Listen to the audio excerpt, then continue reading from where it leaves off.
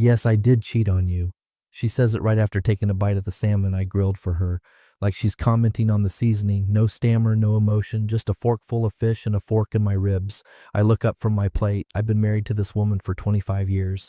I've watched her cry at commercials, scream at bad drivers, sob when the dog died. But now she's a stone with lipstick. Great, I say, sipping my wine. Tomorrow's package is going to be a real shock. She laughs, not the belly-deep laugh I used to love, the one that made her eyes crinkle and her nose twitch. No, this one is hollow, defensive, a tin can, rolling down a hallway. Oh, come on, Richard. Don't be dramatic. Dramatic? That word sticks like glass in my throat. I nod slowly, like a man reading the obituary he wrote months ago. My fork scrapes against the plate, ceramic teeth grinding. I take another bite. The fish really is good. She watches me, waiting for a reaction she's seen in other men. Rage, tears, a broken glass. Maybe, but I've already felt all of it, months ago, in silence. Now I just watch her like an accountant watches a number that doesn't add up. Her fingers twitch on her wine glass. She wants me to break first, to shout, to accuse, to give her something to push against. But I just chew.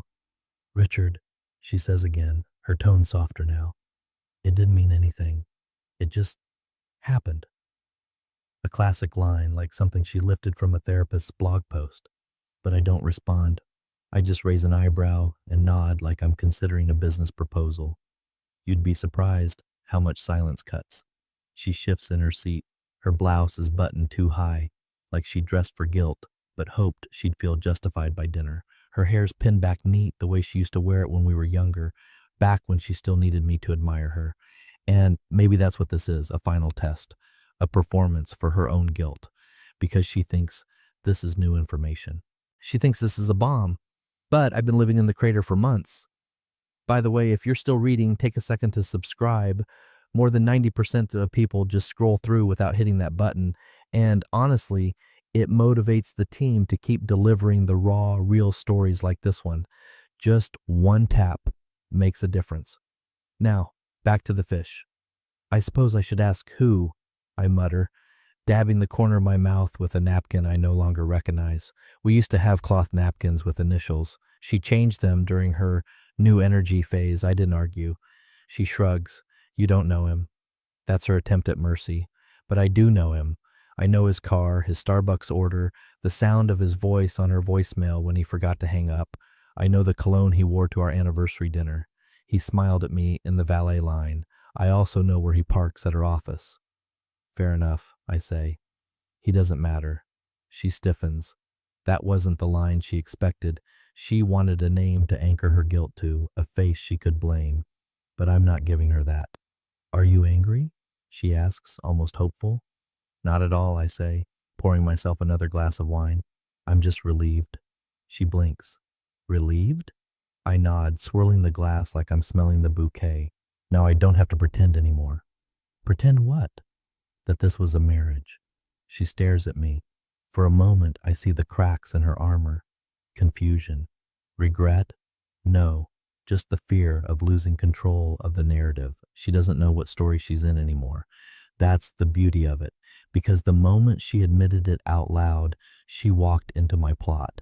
And tomorrow, when that courier arrives at 9:06 a.m. sharp, and she opens the box with her name printed in that neat Helvetica font, she'll finally read the first chapter of my ending. She thinks this dinner is the confrontation. She thinks she holds the cards, but I've already seen the river, and I'm holding a royal flush. The first breadcrumb wasn't even hers. It was an email from her coworker, one of those reply all accidents that you barely glance at before deleting, but something about it stuck, too familiar, too casual. The subject line was re-room confirmation, still good for Thurs, and her name was in the CC field. I asked her that night how her Thursday looked. Late client dinner, she said, not even blinking. I might just stay over at the hotel. The ease of the lie was what made my stomach twist. 25 years, and she still used the same tone she did when she claimed she didn't know where the last Snickers bar went. I didn't say anything then, just nodded, stirred my coffee, looked down at the little scratch on the mug handle. a chip that had been there for months. Funny how you ignore damage when it's familiar. I didn't want drama, I wanted certainty. So I started keeping track. Not like some raving lunatic scribbling in a journal, methodical. I'm a systems guy. I built my business on patterns, projections, pressure points.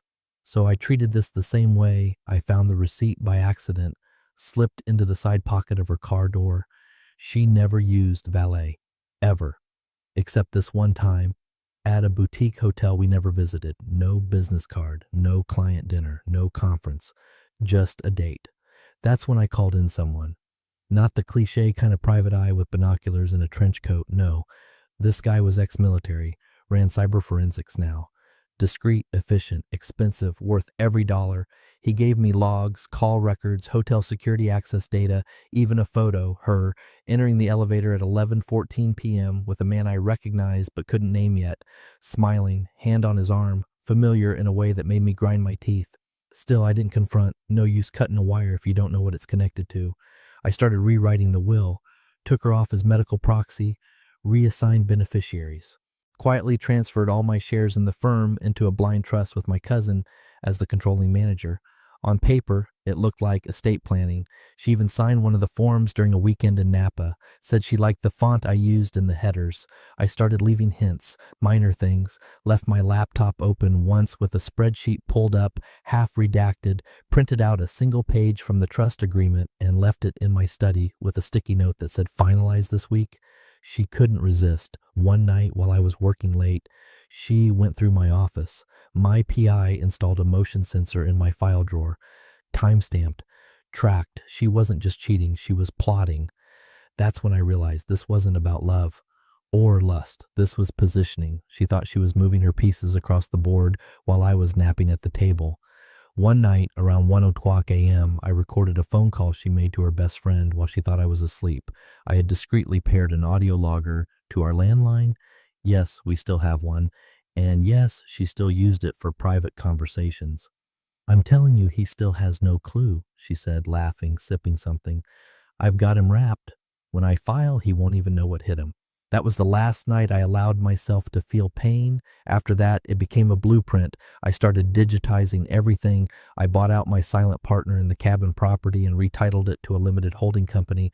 I began drafting a postnup cleverly hidden inside our joint retirement planning documents, which I told her we needed to update in case something ever happened to one of us.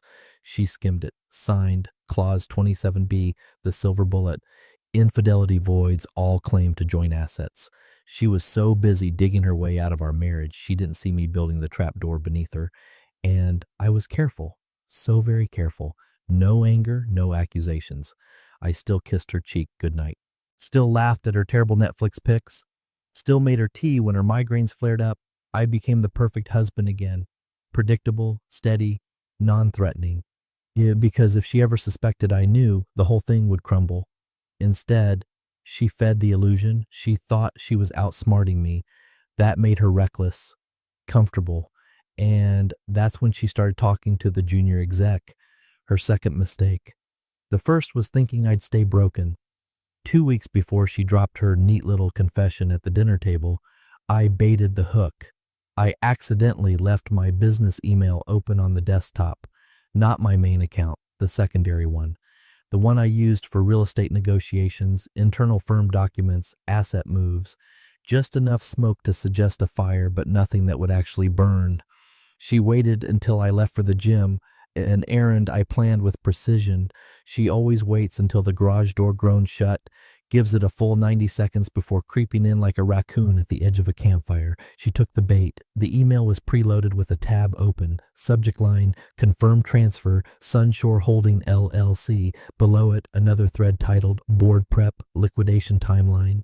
And a third one, deliciously vague. Let's move it before Q4, he's getting nosy. I sat in my car a block away, watching the signal from the keylogger I'd installed on the desktop blink to life. Every click, every scroll, every screenshot she took, it all fed right to my phone. She read it twice, took a photo, then a third time. Bingo! I came back from the gym an hour later, sweaty from a bottle of water I dumped on my shirt. She was on the phone in the guest bathroom, whispering. I didn't catch the first part, but the second part was louder, clear. He's moving stuff around, probably hiding money. It's in shell accounts or something, I don't know. Can you come over? That last bit was meant to sound casual, like she was asking a neighbor for coffee. But it had that tremble in it, the same one I heard when she told me she'd accidentally backed the car into a tree years ago, but I later found out it had been a bar post at 1 a.m. That's the thing with chronic liars. They get too good at performance, not context. They forget they're not in a movie. Her lover, the junior exec at her company, was younger, ambitious, a little too confident in his ability to read situations. He looked like the type who'd practice smirking in the mirror, the kind who only wears a tie when it's loose and halfway undone. He came over that night. I watched them from the study cam, another one of my little upgrades, hidden inside the carved owl on the bookshelf. Her idea, ironically. She said it made the room feel wise. The irony made me chuckle more than once. They talked in hushed tones. He's shifting assets, she told him, waving her phone like a badge. I think he knows something's up. Then you have to act fast, he said, sipping from the whiskey I bought. File now, before he locks everything down. They plotted like teenagers sneaking out for prom night intimacy, all breathless and arrogant, not realizing they were standing in a minefield I'd built inch by inch. She asked him, would that complicate things for us? And he, ever the smooth-talking intern-turned-cubicle warlord, replied, not if we control the narrative. That line, that smug little one-liner. That was the moment I knew I had them right where I wanted them. He thought he was the upgrade. She thought she was trading up.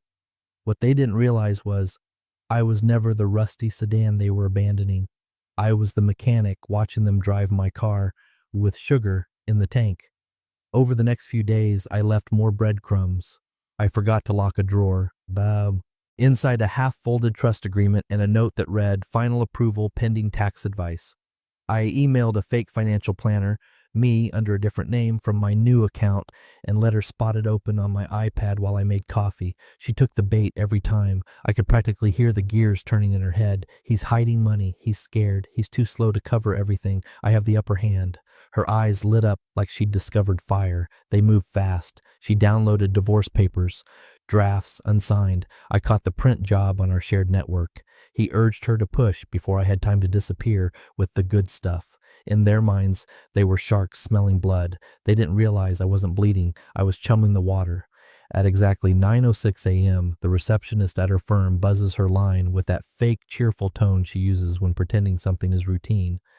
You've got a delivery, she says. Courier drop-off. My wife barely glances up from her monitor. She thinks it's one of the mindless corporate packages she signs for daily, vendor samples, internal mail, those little branded notebooks they give out to employees no one actually uses. Then she sees her name. It's printed in sharp, deliberate black font, centered, no return address, no company logo. Clean, precise, surgical. She frowns the way she does when a puzzle doesn't solve itself in 2 seconds.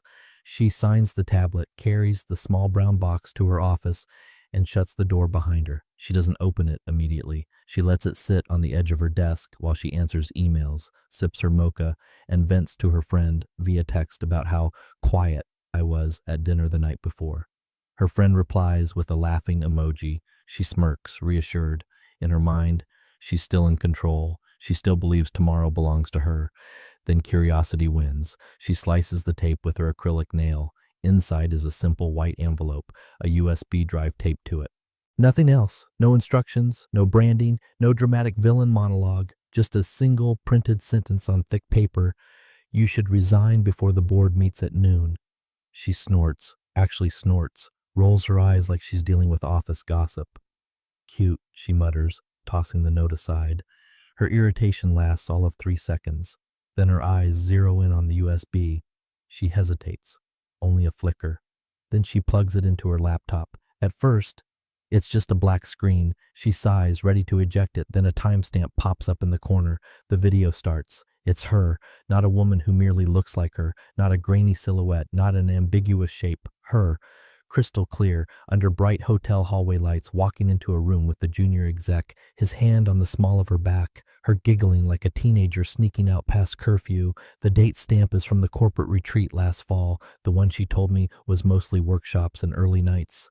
She sees herself tugging him inside. She sees the door closing. The footage switches angles, different location, same pair, same behavior, her ID badge visible, his tie undone.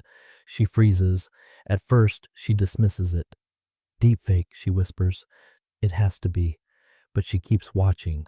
The camera angles shift, security footage from different hotel floors, timestamps matching her travel logs. One clip shows them entering a restricted conference room after hours. Another shows him adjusting his shirt while she smooths her hair before stepping into the elevator. Her chest tightens. She stares at her own face in the screen, a face she can't talk her way out of. She reaches for her phone, stops, reaches again, stops again. She's breathing too fast. Her hands tremble slightly. A bead of sweat collects at her hairline. She suddenly feels every inch of the office glass walls, the way they expose her to anyone walking by. Each second the video rolls is a hammer blow, pounding through her carefully curated professional image. "Who the hell?" she whispers, voice cracking. She scrolls through the files on the USB, each one labeled by date, each one indisputable. There's even one from the retreat's employee mixer, her laughing with him behind the catering tent, leaning in close, touching his tie, making sure no one was looking, except someone was. Her stomach drops. Her lover told her the cameras at the hotel weren't monitored. He said nobody would care because everyone messes around at those retreats. She believed him, because arrogance makes you blind and comfort makes you stupid. She unplugs the USB so fast she nearly snaps it. Her breath shakes. She closes her office blinds, locks her door, pulls the printed note out of the trash. "You should resign before the board meets at noon." Her mouth goes dry. This isn't personal revenge. This isn't a jealous husband screaming at her inbox. This is precision, timing, strategy. Someone knew exactly when the board meets. Someone knew how the company handles internal violations. Someone knew how to deliver not just a threat, but a career-ending reality wrapped in cardboard. She reads the note again. No sender, no signature, just certainty. And for the first time since her affair started, dread, not guilt, not regret, but pure professional dread, settles into her bones. She feels it in her spine, in her pulse, in her teeth, because this isn't just about her marriage. It's about her job, her reputation, her future. She looks down at the USB in her shaking hand. Someone didn't just catch her. Someone watched her. Someone understood her weaknesses. Someone timed this perfectly. Someone who knew her. Someone she underestimated. She calls me first. 3 rings. Voicemail, no message. She waits 60 seconds. Dials again. Nothing. She tries texting. "We need to talk. Urgent." Then, "Did you send something to my office?" Then, "Richard, this is serious." I watch the messages light up from the dashboard of my car, parked 2 blocks from her office. I don't reply. I don't even tap the screen. I just let them pile up like falling dominoes, each one shorter, more erratic, more frantic. At 10:12 a.m., she calls it. She starts calm, composed. "I need to check if we've had a breach. An external device was connected to my workstation this morning. I need to know if anything's been accessed or logged." But she's already losing ground, because the very act of calling it triggers their protocol. They check login metadata, file transfers, device timestamps, and what do they find? Security footage of her inserting a USB into a company computer. They don't tell her what they're doing next. They don't need to. The system does it for them. At 11:11 a.m., she texts her junior executive, no response. She calls, straight to voicemail. She texts again, "Pick up your damn phone, something's happened." The office around her begins to change. People talk a little quieter when she walks by. A glance here, a glance there. No one says anything. But she can feel the atmosphere shift like barometric pressure before a tornado. At 11:43 a.m., her executive assistant walks in without knocking. "They're calling an emergency board meeting," she says, avoiding eye contact. "Starting in 15, my wife blinks. I didn't get an invite." The assistant shakes her head. I think it's about you." 15 minutes later, she's standing outside the boardroom like an actor cut from the final scene of her own movie. The frosted glass doors block her view. Her keycard won't open them. Inside, 12 people speak in hushed, urgent voices. She can't hear them. She tries texting again. What the hell is going on? Why is everyone acting like this? Richard, if this is you, answer. Still nothing. At 12:56 p.m., she tries logging into her computer. Access denied. She tries again. Again. The screen freezes. She opens her Outlook on her phone. Account disabled. Her chest tightens. She grabs her purse and walks to the parking garage. The card scanner doesn't blink. She waves it again. Nothing. She calls security. Badge isn't authorized, the guy says casually, like he's telling her the vending machine's out of Diet Coke. HR will probably reach out. But I'm VP of... Not anymore, apparently. She storms back upstairs. Her office door is shut. Locked. There's a yellow visitor badge taped to the glass with her name on it. It says temporary access pending review. The elevator dings behind her. Ms. Langston? It's Aaron from HR. Polite, clipped, holding a tablet. Can we talk in conference room C? My wife follows her in silence, skin pale, breathing shallow. They sit. Aaron taps the tablet, pulls up her contract, flips to a section, slides it across the table. Clause 17B. Employee conduct and company image. Language is clinical. Cold. The key sentence is highlighted. Any behavior within or outside of the workplace which reasonably jeopardizes the reputation, brand, or public trust in the company constitutes grounds for termination without severance. Erin doesn't say it. She doesn't need to. My wife stares at the clause. Her reflection in the glossy tablet screen stares back, wide-eyed, lost, deflated. She whispers, "This can't be happening." Erin replies gently, "You may want to speak with your legal representative." The phrase hits like a bullet. She had a plan. A perfectly laid plan. She would file, blindside me, walk away with half in the clean moral high ground. Instead, she's sitting in a conference room that suddenly feels like a courtroom, watching her career unravel through paragraphs she never bothered to read. She walks out in a daze, her phone's buzzing again. Not messages, alerts, mentions, comments, rumors leaking into the firm's internal forums. One headline is already circulating. Executive VP under review after confidential footage surfaces. She sees the word footage and almost vomits. There are no handcuffs, no accusations, just silence, a void where power used to be. And she knows this isn't the end. This is just the start of the fall. The junior exec gets fired before the end of the day. They don't make a show of it. No dramatic confrontation. Just a quiet conversation in conference room D with two people from legal and one from HR who doesn't make eye contact. He exits through the side door with a cardboard box and a company-branded water bottle tucked under his arm. Security footage, they tell him, from 3 months ago. He's seen walking with my wife into a restricted server room after hours. She's laughing. He's holding the door for her like some slick intern trying to impress the boss. They disappear behind a wall of blinking lights that record every keystroke, every login, every movement. The footage had been archived and ignored until someone, I wonder who, attached it to an anonymous email to compliance titled, "You missed something." By the next morning, a memo circulates. It's meant to stay internal. It doesn't. The title is blunt. Security protocol and conflict of interest, immediate termination. His name is bolded, hers is underlined. By lunchtime, her name is trending on the company intranet. By dinner, it's being whispered in group chats outside the office. Screenshots of the memo leak onto Reddit's corporate gossip circles. X gets hold of it. Someone pulls up the hotel's retreat schedule, cross-references room bookings. A thread goes viral. VP caught sleeping with junior exec during corporate retreat. Receipts inside. My wife reads it on her phone, face drained of color, scrolling as if maybe, just maybe, she'll find a version that tells a different story. One where she's the misunderstood heroine. She texts her closest friend from college. "This is all getting twisted. I need to talk." The response is instant, cold. "I saw the video. Please don't contact me again." She stares at the message like it's in another language. Her thumbs hover, wanting to type something, anything. But what's left to say? She tries her sister next. No answer. Tries again. Voicemail. Then a text. "Hey, can you call me, please?" Silence. That night, she pours herself a glass of wine and sits on the floor of the guest bedroom. The one she told me to convert into an inspiration space 2 years ago. It's still filled with unopened yoga mats, dusty motivational books, a half-finished vision board. The cork from the wine bottle rolls under the dresser and vanishes. She checks her email hoping for a distraction, a newsletter, a spam offer, something. Instead, she finds a subject line that stops her breath mid-inhale. Ethics Committee notification. Immediate review required. It's from the national board that governs her professional license.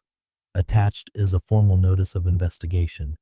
Allegations include breach of conduct, abuse of position, and reputational harm to affiliated institutions. She reads it twice, then a third time, then puts the glass down, stands up too fast, and nearly knocks over a framed photo of her and her team at last year's awards dinner. She flips it face down. It's easier that way. She calls the junior exec voicemail. She texts, "We need to get in front of this. We need to speak to PR. Spin it. Say it was consensual. Say it was personal." No reply. She calls again. Still voicemail. That's when she realizes he's not just ignoring her. He's erasing her, trying to crawl out of the blast radius while she's still coughing in the smoke. She calls me next. I let it ring. I already know what she's going to say. Some version of "this has gone too far," as if she didn't hand me the match and pour the gasoline herself. The voicemail pings. I don't listen. I just watch the screen go black. She tries again an hour later, this time from a different number. I let that one ring too, because the most brutal silence in the world isn't the kind that follows yelling. It's the kind that comes when someone you destroyed simply stops responding. She's no longer a wife, a VP, or a rising star. She's just noise, and she's starting to realize nobody's listening. At 6:41 a.m., she opens her banking app. She's already been up for hours, eyes swollen, nerves shot, chewing the inside of her cheek like a bad habit. She hasn't slept. The glow of the phone in the dark feels like a lifeline. She types her login, thumbs jittering. Then she sees it. Her personal savings account, temporarily restricted. Her checking, access suspended. Contact administrator. The joint investment account not even listed. She logs out, logs back in, same result. She tries the app on her tablet, then the desktop browser, then calls the bank's customer service line, spinning some vague excuse about a glitch. The rep is polite, almost too polite. Yes, ma'am. All actions appear to be valid. No fraud alerts. I'd recommend you speak directly with the financial administrator listed on the trust account. Trust? She echoes. Yes, Sunshore Holdings. You're not listed as a beneficiary, just a former joint party.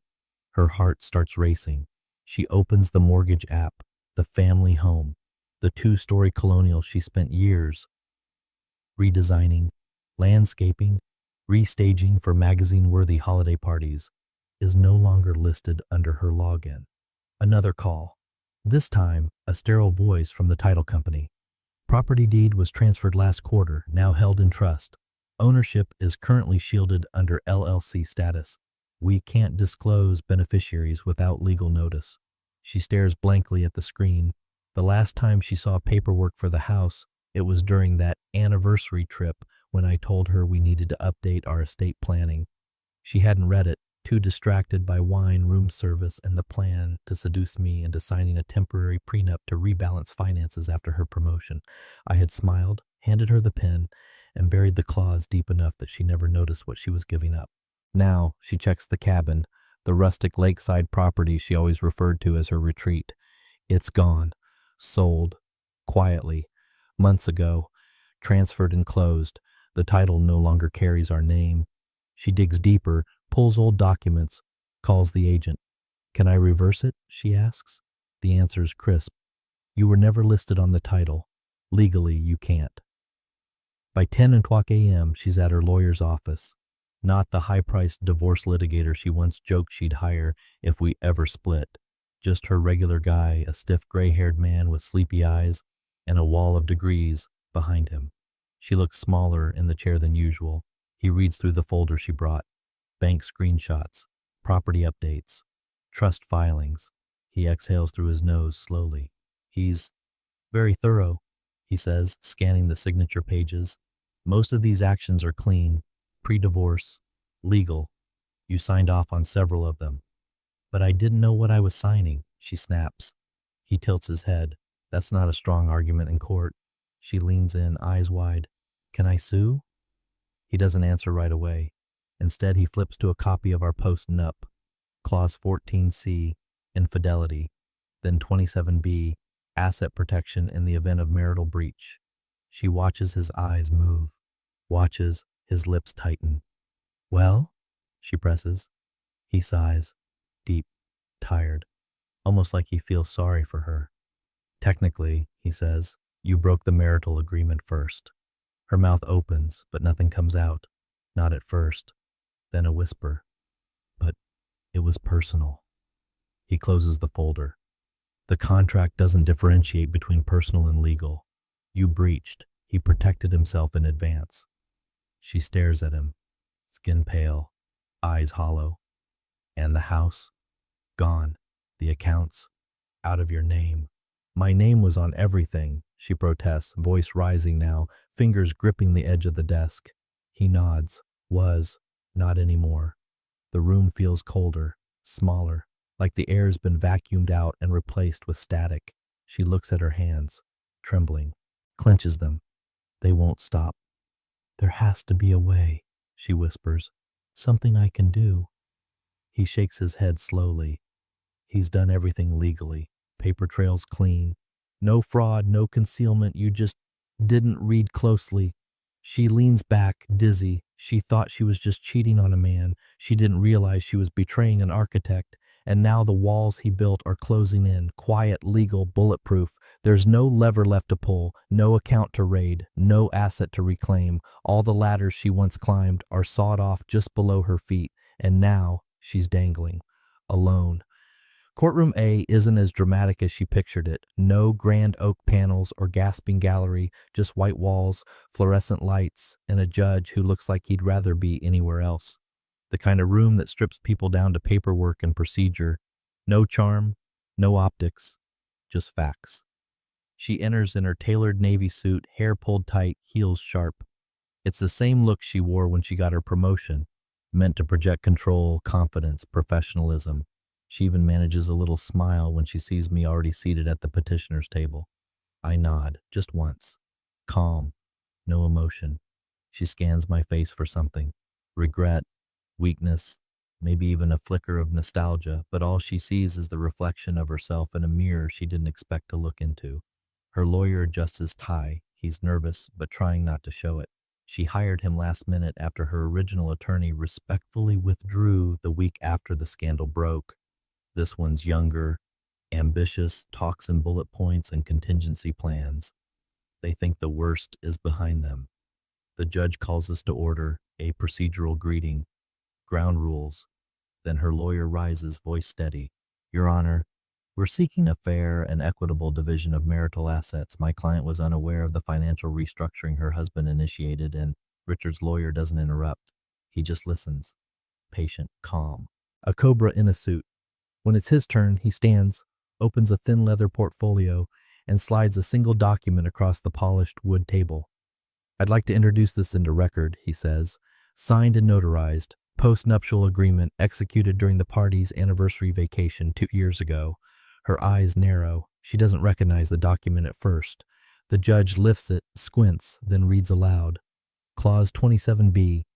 Any evidence of extramarital conduct by either party once established, voids all claims to jointly held assets. She freezes. The words don't land all at once, they drop in stages. First, post-nuptial, then 2 years ago, and finally, she signed it. Her lawyer flips the document, brow furrowed. This was presented as part of a larger estate plan, he mutters, glancing at her. Did you read this? She's silent. She remembers the trip, the wine, the folder with a pastel label that said Joint Retirement Planning, the tab with color-coded dividers, bullet points about pensions, long-term health care, hypothetical grandchildren's college funds. She remembers thinking it was sweet, responsible. She signed everything while wearing a robe, half drunk on Pinot Noir, still glowing from the couple's massage. And now that folder is an anvil. The judge flips to the signature page. This is your signature, Mrs. Langston. She nods, barely audible. And you entered into this agreement voluntarily. Her throat tightens. Yes. The silence in the room is no longer neutral. It's loaded, dense, the kind of quiet that doesn't just absorb sound, it sucks the breath out of it. Her lawyer tries to object weakly, claims lack of informed consent, but the judge just shakes his head. You had legal counsel? You didn't contest at the time? You signed. The clause is valid. She looks at me. For the first time in weeks, months, her confidence wavers. She expected to fight for half, to battle over numbers, values, asset lists. Instead, she's watching her one weapon dissolve in her own handwriting. Richard's lawyer clears his throat. We also have verification of infidelity through private investigation, recorded admissions, and company security footage already submitted to the court. Her jaw tightens. She knows what comes next. No assets, no alimony, no payout. The very clause she overlooked is now a guillotine. The judge doesn't gloat. He doesn't need to. The law doesn't require theatrics. Just acknowledgement. Given the terms of the postnuptial agreement and the evidence provided, the court will proceed accordingly. She doesn't hear the rest. Not really, just muffled words, courtroom static. She thought she would be walking out with a victory, maybe a bruised ego, but nothing fatal. Instead, she's walking face first into a truth she helped write, not in blood, not in screams, in ink. Signed on page 6, subsection 4, clause 27b, buried beneath the retirement plan she never bothered to read. And now, there's nothing left to argue. She catches me in the hallway, heels clicking fast across the sterile tile, one hand still gripping the strap of her oversized leather purse like it's the last thing tethering her to reality. "Richard," she snaps. Her voice has that brittle edge, like porcelain cracking under a glove. "You set me up." I turn slowly, let her catch up, let her breathe in the full, unshaken quiet I've carried through this entire storm. She's flustered, her collar's wrinkled, her makeup tired around the eyes. The courtroom confidence is already starting to peel. "I protected myself," I say calmly. She stares at me, wide-eyed like I just confessed to a murder. "That was never about protection. You planned this. You..." She lowers her voice, conscious of a passing intern with a stack of folders. "You baited me." "No," I reply, adjusting my cuff. "You walked straight into your own reflection. I just gave you a mirror." That stuns her for a beat. Just long enough for me to slide a crisp white envelope from my coat pocket and hold it out. She eyes it like it's radioactive. "What's that?" she asks warily. "Your offer." She snatches it with too much force, opens it, reads, her lips pressed tighter with every line. It's not generous, but it's not cruel. A modest monthly stipend, 1 year only, enough to rent a place, maybe cover some bills. Nothing she could live lavishly on. No property, no access to the pension, no claim to the firm, the cabin, the house, nothing connected to my name. A blank slate. "You're offering me scraps," she hisses. "I'm offering you a start," I say. "No headlines, no lawsuits, no drawn-out shame. You disappear quietly. Start fresh. This is the last kindness you're gonna get." She throws the envelope back at me. It lands at my feet. "You're enjoying this," she says. I meet her eyes, flat and steady. "Not really," she scoffs. "So what is this then? Revenge?" I shake my head. "No, revenge would have been public. This is discipline." That rattles her. Her fingers twitch like they want to slap me but can't find the nerve. "You never loved me," she says, voice low now, venomous. "Not really. That's why this was so easy for you." I take a step forward, close enough for her to see the line between fury and clarity in my face. "I did love you," I say. "For decades. I loved you when you were broke and scared and brilliant. I loved you through your ambition, your migraines, your ugly fights, your silent treatments." She's blinking fast now, mascara smudging at the corners. This wasn't supposed to be how she remembered this hallway. She wanted to walk out victorious, or at least wounded with dignity. "But," I continue, "then you showed me who you are when you thought I wasn't watching." And that's when I stopped. Her mouth opens. Nothing comes out. 'Cause what's there to say? Sorry? It didn't mean anything? Please? Those words have expired. I turn to leave. She doesn't follow. She just stands there, in the hallway outside courtroom 4B, with a purse full of nothing, and a future that no longer includes a single thing she ever counted on. No fight. No final monologue. Just frost. The scissors glide clean through the ribbon. red silk falling to the polished concrete with a satisfying whisper. Cameras flash. A few polite claps follow. The plaque reads, Baywell Tower, Redevelopment Phase 1, in partnership with Whitmore Strategic Holdings. I smile for the photos, shake the mayor's hand, pretend to listen to the city planner's remarks about sustainable mixed-use spaces but mostly I just absorb the quiet poetry of it all, because this used to be her company's flagship project, now it's mine. Well, not technically, but my firm manages it now. After the internal restructuring and the very public scandal that took down several executives, Baywell needed new blood, clean hands, a new face for the investors. I gave them mine. Funny how easily people align themselves when you don't yell, when you just wait, like gravity, until things fall into place on their own. A reporter tries to ask about the scandal, the one that cratered the old leadership and torched their PR department. Any comments about the footage leak last quarter? I wave it off. We're focused on the future, I say. Clean, unshakable, the kind of line that makes a press manager smile and a guilty conscience squirm. Later, at the reception, a colleague from legal leans in with a glass of bourbon and a conspiratorial grin. Okay, man, he says, voice low, off the record. That USB, the one that surfaced in the ethics hearing. That was you, right? I sip my drink, smile. It was a package, I say. She opened it. He laughs, assuming it's just a clever dodge. He doesn't realize it's the only answer that matters, because the trick wasn't planting the bomb, it was letting her light the fuse. Meanwhile, across town, in a borrowed apartment with 2 white walls and a permanent draft under the door, she's scrolling job listings. Most of the big names are out of reach now. Her former peers don't return emails. Her LinkedIn inbox is mostly spam. Still, she's not done trying. She sees a consulting gig posted, regional strategy, mid-sized firm, decent pay. Her eyes spark with cautious hope. She clicks, reads the details, scrolls, stops. There it is, buried under advisory board. Richard Langston, strategic oversight. She stares at the name. It doesn't glow. It doesn't mock. It just exists, blocking the road, quietly, immutably. She doesn't close the tab right away. She stares for a long time, as if the name might change, as if the universe might suddenly give her a different ending. But it doesn't. She closes the laptop slowly, her breath shaky. She's not being punished anymore. She's just been deleted. No fire, no screams, no war, just silence, and a door that no longer opens.